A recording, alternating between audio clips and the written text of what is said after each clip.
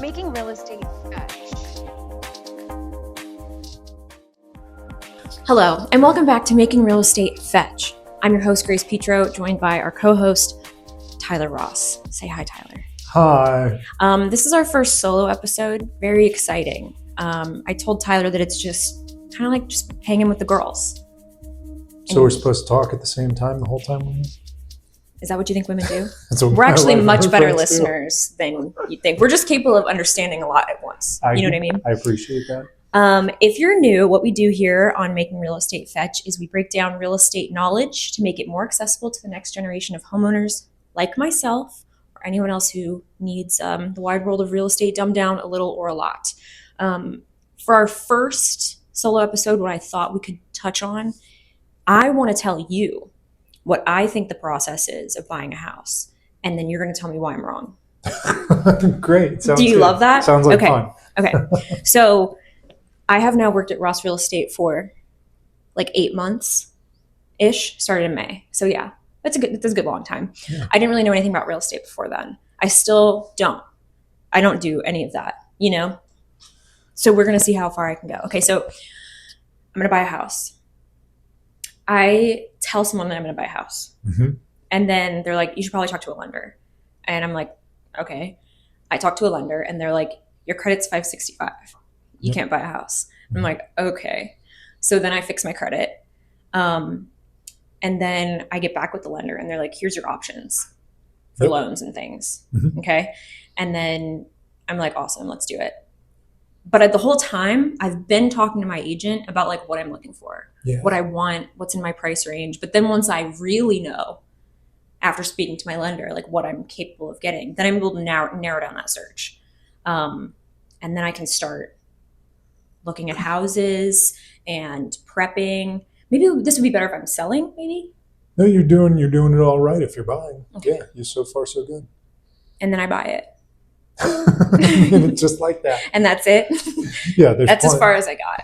Yeah, there's plenty to the process of actually making the offer and getting to the settlement table, closing, consummation, whatever word you prefer to use. Not consummation. That is actually the word that's on the contract now, I believe. Really?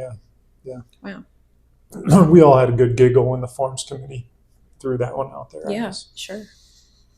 So would you like to hear about that process? Yes, I'm asking you for your knowledge. So Grace, you are buying a house. Really pretty. A really pretty house? No, I'm really pretty. You're great, very pretty Grace, yes. buying a very pretty house. Yes. And you've done everything that you've spoken of so far. And now you find the perfect house and you want to make an offer on it. So you will communicate with your real estate agent. Mm-hmm. You want to make the offer. You'll talk about what kind of offer you want it to be. And the agent that you're working with is not the person that's supposed to tell you what to do. They're the person that's supposed to give you recommendations based off of their experience and the circumstance, because theoretically they will have done this hundreds of times. Hopefully, yeah. So I'm telling you, is this an amount you can afford? How much seller paid closing costs would you like? Which might be a conversation with you, me, and your lender to identify what your closing costs are going to look like. So we kind of go over the math first on what the numbers will look like. I think I need to know what a closing cost is first. Sure. So when you buy a house, you're going to have more than just your down payment and more than just your mortgage. Call it a $100,000 house and you're going to put 10% down. That's $10,000. So you need that. But you're also going to have to pay prorated taxes for the remainder of the year. You will have title insurance to ensure that, that's a whole episode in and of itself. Right, title we'll insurance. get there. But it's just guaranteeing that the person that is selling you the property has the ability to sell you the property and what reservations there are associated with the deed or the plat or the title. So those are closing costs. You'll have an attorney or settlement company prepare documents. Those will be closing costs. That's like what they do downstairs. Right, exactly. At Ross Title, my dad's law firm, title company, they prepare all those documents. Okay. But and then your lender is going to have fees as well. So in addition to your loan officer or bank getting paid, they earn a fee. They also have document preparation fees and potential fees to buy down your mortgage rate. Or you remember in the podcast with Dave from Integrity Home Services, you could do a single pay mortgage insurance premium versus the monthly mortgage Yes. insurance premium. So all of those add up, and those are your closing costs. What happened to just a good old barter? You know, a pig for a wife. There are. I'm just saying. Have to be a hell. Never mind. Yeah, careful. Careful. The such things still exist, but it's Legally? highly unusual. Yeah, sure. But I can legally buy a house without like any of those things that you said. No, because unless the loan officer and the title company will accept pigs rather than U.S. dollars. Okay. But you can buy a house with anything someone is willing to accept in exchange for the house, and same with services. Okay, that's something I'd like to do. But as for hypothetically speaking, what if I'm say the house is $350 in front row? Okay. At the end of the day, typically, I know what would I be spending? That's a really difficult question to answer. But if you're putting 10% down on a $350 house, that's $35,000, and depending on what time of the year, earlier in the year, later in the year, will be determine how much you're paying in taxes, whether there's an association that has to do with whether or not there's a resale disclosure package, which is typically paid for by the seller.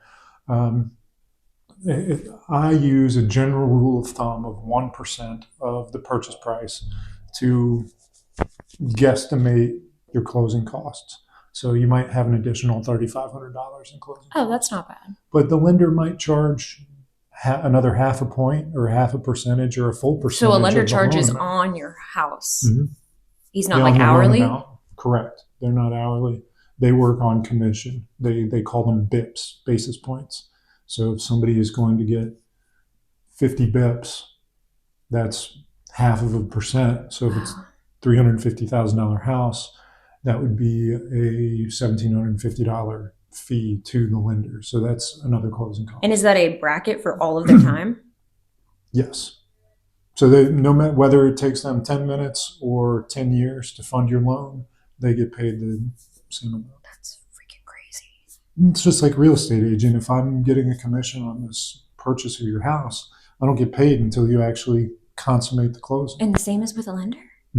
Yeah, they don't get paid unless you borrow the money from the bank. This is what I never understood about real estate agents is like you guys will just do so much stuff for free out of the kindness of your hearts. I mean, you're trying to sell things, but like the amount of stuff you all do just to like hopefully make a sale is bizarre. Like there's nothing like it. There's very, very few things like it. And it's easy for people to sit back and look at the top performing real estate agents. Right. There are, it's the 80-20, 90-10 rule. 10% of the agents do 90% of the business, and they're paid really well and make it look easy because they're good at their job. But what you don't see is if they sell one house a month, that's 12 clients a year. They've shown another 20 clients different houses at 7 o'clock on a Tuesday, at 9 a.m. on a Sunday. Like they're out there hustling and not getting paid to do those things. And then that client of theirs ends up going, well, I couldn't rehabilitate my credit. I decided to rent. My parents said I could move in with them. I'm moving in with my kids, whatever it is. So as a real estate agent gets better and better at their job, they're wasting less and less of their time with people that are unable or not likely to buy a house. Right. Which is a reason why it's difficult for renters to work with real estate agents, because if you're looking to rent a house for $2,000 a month and you want something in the next 6 months, and we go look at 10 different houses and you finally put an application in on one and you get it, I'm going to get paid $1,000 for that 6 months worth of effort and those, 3 baseball games that I missed for my kid, and not going to church and not getting that workout. And by the time I paid for all my fuel and time, I get paid 30 cents an hour. Yeah. Okay, sorry. Anyway, the process. No. Yes. So you make the offer and negotiate back and forth with the Who's making the buyer. offer? So the agent on behalf of the client, you. I give them permission to do so. Yes, and you do that effectively by signing your name to a contract and presenting that contract to the seller's agent, who presents that contract to their seller. Doesn't this all just sound so archaic? In 2024, with 350 million people in America, no. But to a younger person that's really adept with, technology and things like that, there will be more modern ways. Like they're all of doing it digitized, anyways, obviously. Yeah. But I'm like, what if there's one fire? On what? One fire where? Like prior to like the digital world, fire.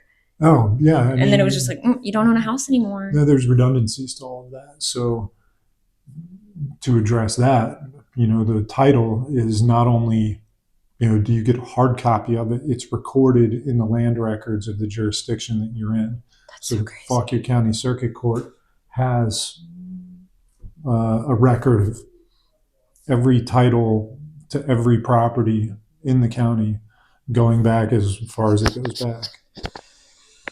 Okay.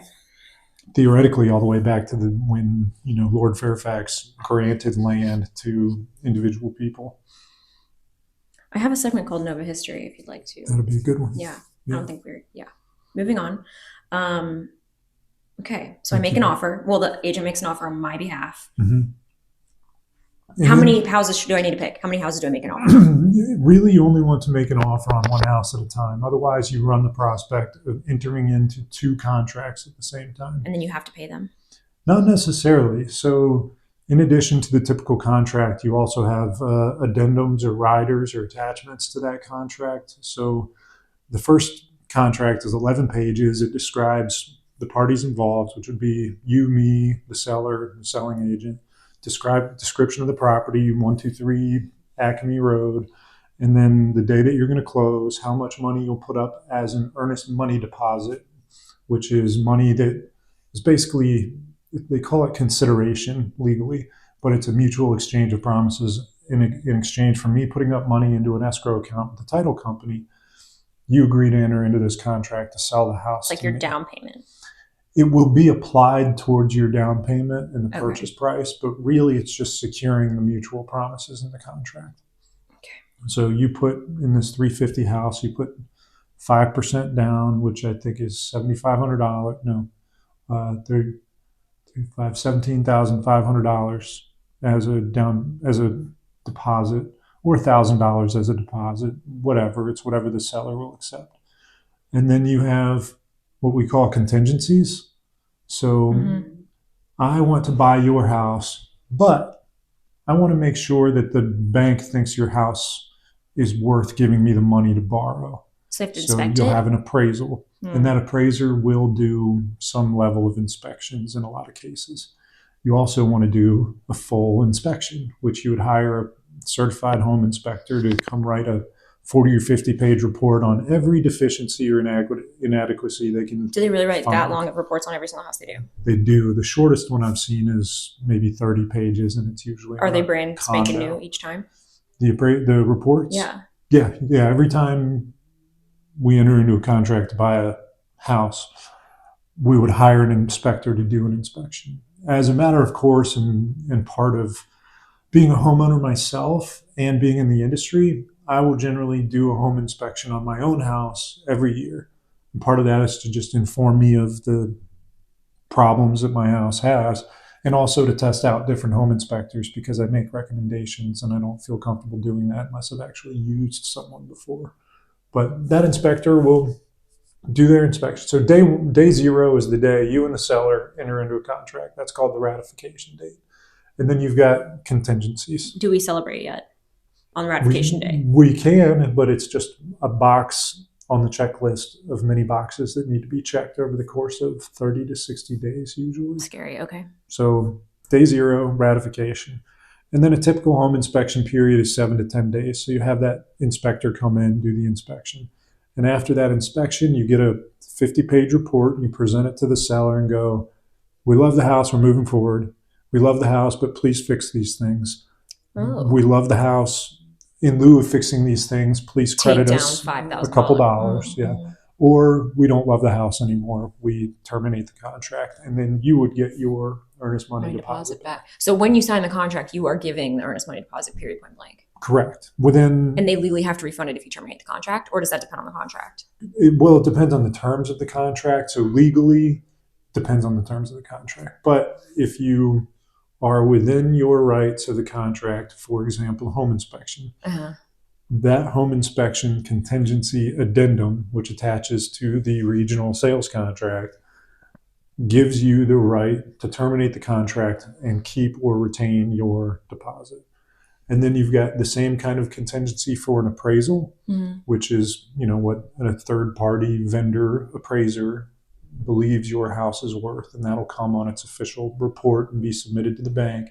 And the bank will send you and me a document that says, here's how much we think the house is worth. Hey, good news, came in at $350,000, that you can purchase this house based on the value of the appraisal being $350,000. And then you've got the financing contingency, which is usually a couple days after the appraisal, which is intended to protect you as the buyer so that over the course of the 30 or 45-day contract, you're protected in the event like you lose your job, or there was something on your credit report that was missed or misunderstood. So I've only seen that really happen once or twice, where it was a government contractor buying a house, got the appraisal, good to go, got 5 more days for the financing contingency. The government contract got terminated. She didn't have a job anymore, so she no longer qualified for financing. She could no longer buy the house. She got her earnest money deposit back. She was just out the fees for the home inspection and the appraisal. So the mechanisms in the contract are intended to protect the buyer. Yeah. Is this during this time, do you just want to scream into a pillow as a client? As a client, hopefully not. Your realtor's job is to, it's kind of like when you go to a restaurant. You've worked at restaurants, I've worked at restaurants. Like, you want your customer to have the ketchup before they ask for it, And they're not making the food. Yeah, so you are, my job as a realtor, one of my jobs is to make you feel comfortable with the whole process. So if you're feeling comfortable and I've earned your trust and you believe the things that I say, you're not likely to scream into the pillow. That said, we're in a human business, human services business. People do human things. Stressful. And it can drive someone nuts. Yeah. Yeah. And 7 days to you, it's like, oh my gosh, this is so fast. How's this all going to happen? To me, 7 days is an eternity. Like 9 p.m. I probably on next Tuesday. the whole thing anyways. Maybe. You know what I mean? And that's okay if you're so trust stressed. your realtor. I mean, I'm planning a wedding right now, and this sounds similar. Yeah. Yeah. There's a time limit. But if you had a wedding planner that had done it 100 times, probably wouldn't be so stressed. Oh, here's a question. Yeah. Here's a question. And then we'll stay on topic and stay on topic. Like a wedding planner, that costs money. I'm not using one. Oh my God, no. Yeah. Are there ways to get around, how much is what about this is necessary? All the things you just listed. Are all those things the law? They are not. They are not the law. They are common practice. There are lots of different ways to buy or sell a house. The law is basically that you need a deed and it needs to be recorded in land records. And that's when if a dad gives a house to a son, it'll be like, I'm giving you this, transferring the title to you type thing. Right. Then there's no they're not inspecting the house and all that. Right. So I have to find some rich uncle that I don't know and get their home from them. Yeah. Okay. Yeah. That would be the easiest thing. Okay.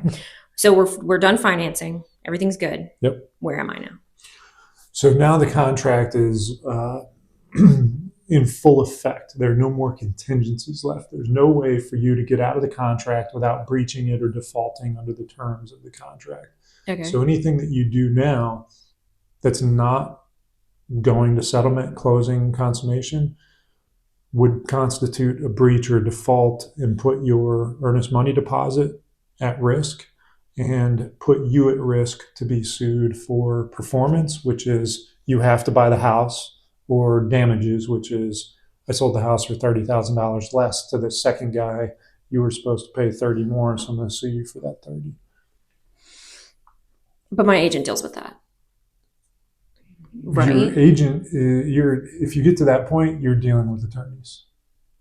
How frequently do you get to that point? I've actually had a couple of drag out battles, but Because people never want had the to house get and they're like, this is my attorneys house. involved.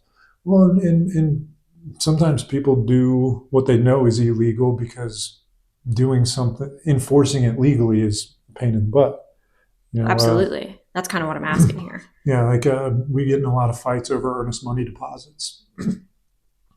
While legally, you owe that seller that $5,000 earnest money deposit, you make it so difficult to get that if they hired an attorney, they're going to end up spending $7,000 trying to get the $5,000. Oh, it's like they're not going to pay the money to get a tow truck out here to tow my car from the 7-Eleven.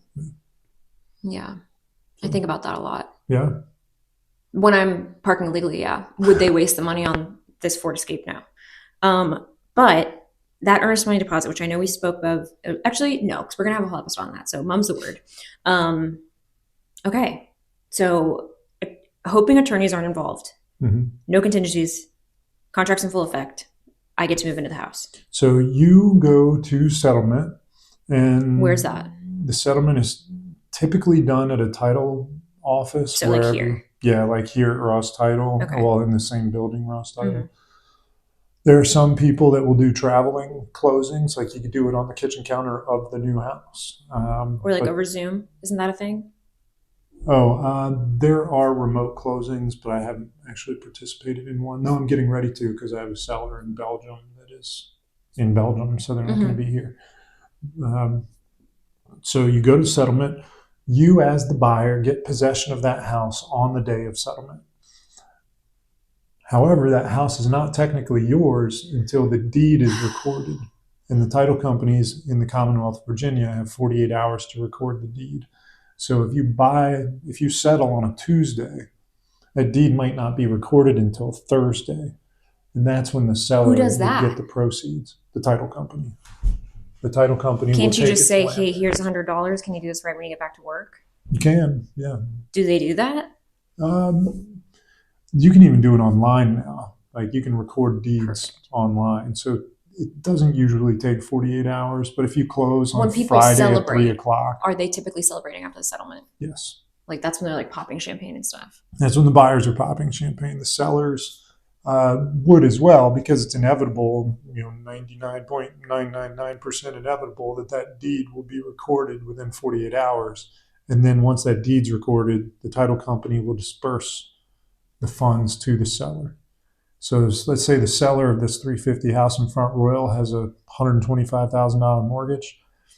That means that the title company gets $350,000 from you to buy the house. They send $125,000 to the mortgage company to pay it off, and then they send the $225,000 to the seller. So those are the proceeds from their sale. But they'll have their own closing costs also, the way buyers have closing costs. I don't want to go there. This is my last question, and then we do have to wrap up. But this was supposed to be shorter than this, but this is just so difficult. So I want you to talk just about what you just said. What do you mean they don't get $350,000 when they sell the house for $350,000? So you have a car, right? Yeah. And then do you have a loan on your car? Yeah. How much is your loan for? I don't know. Let's say it's $3,000. Oh, I wish. And you sell your car for $10,000. But I still have the loan on it. Yeah. So you would get. You can do that. You can sell it if you still have a loan out on it. Well, you got to pay your loan off. Okay. So if I bought your car for $10,000 and you owed a bank $3,000, you would pay off the $3,000 and you would get $7,000. I would get $7,000. Yeah, it's the same with a house. If you have a $100,000 mortgage on your house, you sell your house for $400,000. You got to pay the bank back $100,000, and then you get $300,000. I know Dave said this, but I know we also said that it's different. So, what is a mortgage typically? 10 years, 15 years, 20 years, 30 years, 40 years? Typically, mortgages are 30 years. Right. There are products that go to 15, probably 10, and I think there are 40, but those are unusual circumstances. So why are some people buying houses that they know they aren't going to live in? Would those? I need to keep my mouth shut. That's a good question. If they're not going to live in it for 30 years, then they would negotiate the mortgage term to like a 10-year. Not necessarily. It depends on what your own personal circumstances are, what your cash flow is, how much your mortgage is. 30 years is just typical. It makes a very palatable mortgage payment. Typically, by stretching it out 30 years, if you do a 15-year mortgage, your payments aren't exactly doubled, but your payments are going to be much higher. So if I make $5,000 a month and my 30-year mortgage is $1,800 a month, but my 15-year mortgage is $2,800 a month, I'll do the 30-year mortgage. You've lost me. I'm just being honest with you and telling me that you've lost me. How do you do all this in here all the time? I've been doing it for It's just really stressful. Years. Do you ever get stressed that you're going to screw everyone over accidentally? Because you get your numbers every single confused? time I do a transaction. Oh my gosh. Yeah. But I carry it well. I know you, and I know you do a great job, which is the only reason I would ask, like, does it not stress you out? Because you don't seem stressed. That's part of my goal, is to make sure that the clients I'm working with aren't burdened with, try to relieve them of the stress and anxiety as much as possible, and to the degree that I can, take the burden on for them. Because you're like their yes man and their cheerleader. Yeah. You know what I mean? But also and the linebacker. Yeah, you got to be the person that will tell them the God's honest truth too, because and fight for them. Yeah, and sometimes you got to fight for them when you don't agree with what they're fighting or for. If they're not nice. Or if they're not nice. Because they're going to pay you really well, hopefully. Ideally, if you get to the closing table and have a positive transaction, everybody at the closing table is happy. Ideally, like at the end of Wife Swap. I don't know that reference, but you never seen Wife Swap? No. At the very end, they get all back together and they sit across from each other at a table. Yeah, the couples, and everybody's really happy. Funny. Well, normally they're fighting, but okay, yeah, we try to not fight. Right. But in fact, I typically do split settlements, so the seller closes in one place and the buyer closes in another place. You've never seen Wife Swap? Never seen Wife Swap. There's Celebrity Wife Swap too. There's one with Sugar Ray that's really good. Really? Yeah. Like, why would I laugh? How would I be able to make that up? That would be an obscure one to pull. Like no, Sugar Ray, that's like my generation music, not yours. I have a cameo from Sugar Ray that I got for my birthday. I love Sugar Ray. Like, nice. Big fan. Yeah. Let's move on. Okay. Are we done? When do I get to put my feet in the house and start sleeping there? You get possession of the house the day of settlement. So when you sign the papers, you're going to get handed the keys. What if it burns down before the deed has been recorded? Okay, so that's a really interesting question. So between settlement and when the deed is recorded, so you've already taken possession of the house. Everything's executed. You would have homeowner's insurance. It's on you. It's yours. Oh, God. That house belongs to the seller until settlement. And once it's settled, it's in limbo. So there is a gap between when you take possession and the recording of the title, but it's effectively yours because it's all in escrow, which means you've got no control over it anymore. It's going straight to land records. It's getting recorded along with the mortgage. But it is kind of like The Purge. I don't know if it's like The Purge or not. You've never seen The Purge either? I know the concept of The Purge. Well, it's like there's, this window of time that anything could happen. Mm-hmm. Lawlessness. I did see a meme. I liked the idea of like showing up to work the next day after The Purge and going, hey, where's Mike? Yeah. Where'd Mike go? Or where's my Who got house? him? You know what I mean? Yeah. It got burned down before the deed recorded the thing. Yeah. So you would have homeowners insurance at the time of settlement. Hopefully. If you don't, it's a failure of your mortgage company because they will require home insurance. Oh, that's right. They we have to get out of that they have last a very episode. significant interest in the well-being of your house. Okay. Yeah. So people start moving in. Yep. Settlement. Yep. Really? Mm-hmm. And you can negotiate moving in before or after settlement also. Like an apartment. It's just not monthly. It's your whole life. Yeah. Technically. Mm-hmm. That's crazy. Yeah. Wow. And this process takes how long? 9 times out of 10, a typical process from the day that you make the offer and ratify the contract to the day that you settle is between 30 and 45 days. Nay. I mean the entire process from when I say, "Hey, Tyler, I'd like to buy a house." Depends on how ready you are. So I'm ready. if you, I'm as ready as I am. yeah. So if right now you haven't talked to a lender, everything, ground zero, you don't know a thing. You are looking at putting your team together, your loan officer, your real estate agent, Mm-hmm. identifying what it is that you qualify for and what you wish to pay, Right. which you can usually do within a day. Mm-hmm. They'll give you a verbal idea of what you can do. Okay, love that. And then as long as it takes you to find the house you want to make an offer on, maybe you find it on day one, maybe today you say, Does that Tyler, happen? I want to buy it. It does. It's possible. But the more It's making my heart time, beat fast. the more time you have in preparation of moving towards homeownership, the better. The more prepared you are, the earlier you've assembled your team, the earlier you've identified what your mortgage is going to look like, the earlier you've identified who your realtor is going to be. Your plan of attack. And those 30 to 45 days, that's starting from the day that I make the offer. And the day that the seller accepts it. Okay. The ratification date. And that's up to them. More or less. But like if someone makes us an offer, mm-hmm. Is it like we have to get to it immediately? It's a great question. Want to. So you can. So sometimes buyers and sellers have different senses of urgency. So you want to make an offer. I think it's a very nice way of putting it. Yeah, you want to make an offer on 123 Acme Street, and you think 10 other people are going to make an offer. You might put what I refer to as a sunset clause on your offer that says, if I don't hear back by tomorrow noon, I withdraw my offer. And that puts a little bit of pressure on the seller to respond. And sellers generally are the ones holding the power. So I list a house on a Friday. You want to buy it on a Friday. I got 27 showings scheduled Saturday, Sunday, and Monday. Sorry, Grace, I'm not getting back to you till Monday afternoon because I got 27 other people out here. Unless you really give me a compelling reason. And to take it off the market. I will. Yeah. I would. This is the part about real estate that really scares me, is that there's still human beings involved. Mm-hmm. I wish there was like a CarMax of real estate. No, truly. There will be in more homogenous areas. Like if you go to, I don't know, Orlando or Charlotte, where there's a planned urban development with 7,000 houses with pick one off a lot. Yeah, with 3 different models. Mm-hmm. It's going to be push a button and go. But you come to Fauquier County where you've got historical land. Yeah, historical things. You got boundary line issues. You've got septic issues. You've got well issues. You've got associations and covenant issues. You've got zoning things. You've got all manner of